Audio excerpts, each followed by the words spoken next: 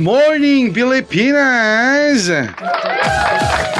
Luzon, Visayas at syempre Mindanao. Ayan, welcome na naman sa isa na naman po nating reaction video. This is your DJ Hoz, Tiger 99. Yung mga bago pa lang diyan na mga kababayan, baka naman pa-like po tayo, pa-subscribe, pa-share, diba? So, eto nga umaga na to mga kababayan, meron po tayong re-reactionan. At the same time, meron po tayong papanuuring video. Ito po ay galing po kay Binoy, kay Senator Robin Padilla. Kumusta kayo mga tol? Kumusta araw nyo mga tol? Siguro naman maayos yung araw nyo yan mga tol ito na mga babayan, huwag na ho natin patatagalin pa yan. Noy, basok Noy, basok! Hindi naman dapat sana nandito. Pwede naman tayong naglilitis sa Pilipinas kung saan tayo ang boss. Dito hindi tayo boss. Ang hirap po dito makiusap. Siyempre kulungan nila to pero maayos naman po ang touring nila kahapon. Napakaganda po nung kanilang emergency services na pinakita kay ES. Napaka-professional po nila. Ganun din po sa kanilang ospital. Maayos po yung mga Dutch. Pero syempre, ang tanong natin, bakit na tayo nandito? Ano ba talaga, Senator Robin Hood Padilla? Mahirap ba talaga o maayos? Ang gulo mo well mga kababayan, ayun na nga po, sinabi niya nga po mga kababayan, dapat daw po dito sa Pilipinas litisin yan si former President Duterte. Kasi nga po, dito po sa Pilipinas, sila daw po ang boss. Yun na nga Senator Robin Hood Padilla. Kaya nga po, noong panahon ni Rodrigo Duterte bilang president po, yung mga biktima po ng EJK, yung mga nawalan ng pamilya, ganon, padre di pamilya, ultimo mga 3 years old na bata, ultimo yung mga bata na nadadamay, hindi ho sila nagsampa ng kaso dito sa Pilipinas. Kasi bakit? Hindi ho nila dinidinig Alam nila mga kababayan na wala hong mangyayari kapag magsampa ho sila ng kaso. Saan? Dito sa Pilipinas. Kaya ang ginawa nila, doon ho sila nagsampa sa Netherlands, sa ICC. Diba? Kasi mga kapatid, mga kaibigan, we need to accept the fact that what?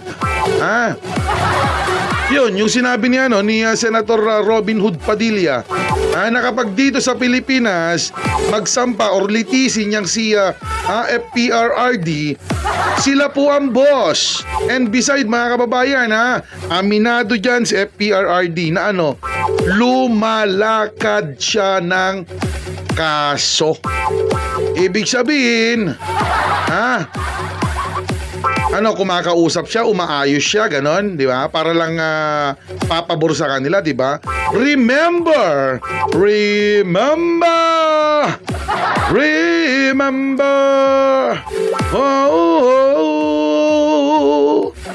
Mga kababayan, remember po yung kaso or yung mga nakabimbing kaso noon ni Pastor Kibuloy. And beside, aminado ho silang dalawa dyan. Meron pong video yan na nasa SMNI na inamin ni Pastor Kibuloy na kung hindi dahil kay PRRD, malamang sa alamang mga kababayan, yung mga lupain na sequester na ho sa kanya yun. Kaya nga nagpapasalamat siya kay FPRRD nga po kasi nga po nilakad niya at kinausap ang dapat kausapin para mawalan or para maayos yung kaso ni Kibuloy. Ngayon mga kababayan, kung yung kaso ni Kibuloy naaayos ni FPRRD, sa tingin niyo po yung kaso kaya nitong si FPRRD dito sa Pilipinas magpupurso kung sakasakali? Di ba hindi? Kasi bakit? Sila ang boss eh. Boss sila eh. Diba? Ganun lang yon Binoy. Kaya Diyos ko naman, oo. Ngayon, yung huli, mga kababayan, ano sabi niya? Hindi ko nga alam or basta ganun eh. Hindi niya daw alam or bakit daw siya nandoon. Ikaw kasi. Bakit kasi nandiyan ka, Binoy? Nagiging caregiver ka dyan. Binabayaran ka ng taong bayan para lang, maging caregiver ka. Magkano ba sahod ng senador ngayon? Nasa 100 plus ba? 100,000? Sarap ng buhay isama na natin yung vice presidente, mga kababayan. Magkano ba sahod doon ng vice presidente ngayon? Nasa 300 plus eh, kung hindi ako nagkakamali tapos senador 100 plus. Oh my goodness. Nandiyan kayo. Tapos sumasahod kayo buwan-buwan.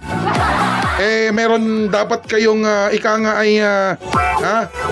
accountable or di kaya responsibility, mga kababayan. Saan po? Siyempre dito sa Pilipinas, kasi sila po ay mga incumbent pa. Si Sara Duterte, si Vice President Sara Duterte, siya pa rin ang Vice Presidente. Si Robin Padilla, member pa rin ng 19th Congress. Diba? Bakit kasi nandiyan kayo? At saka sino bang nagsabi, Robin Padilla, na pumunta ka dyan? Tapos sasabihin mo, hindi ko nga alam kung bakit ako nandito or bakit tayo nandito eh. Diba? Bakit ka kasi nandyan, Senator Robin Hood Padilla? So ibig sabihin yan, talagang pinapakita mo lang ngayon sa mga Pilipino na ikaw ay senador lamang ng isang apelido, ng isang pangalan or ng isang partido. Ganon ba yon? Tandaan mo, Senator Robin Hood Padilla, nanalo ka dahil sa mga Pilipino. Ngayon, kailangan ka dito sa Pilipinas kasi nga meron kang dapat trabahong gawin dito sa Pilipinas. Okay? Pero nasaan ka? Andiyan ka. Di ba? Tapos biglang sasabihin mo, bakit ka nandyan? Ba't ka kasi nandyan? Ba't di ka pa kasi umuwi?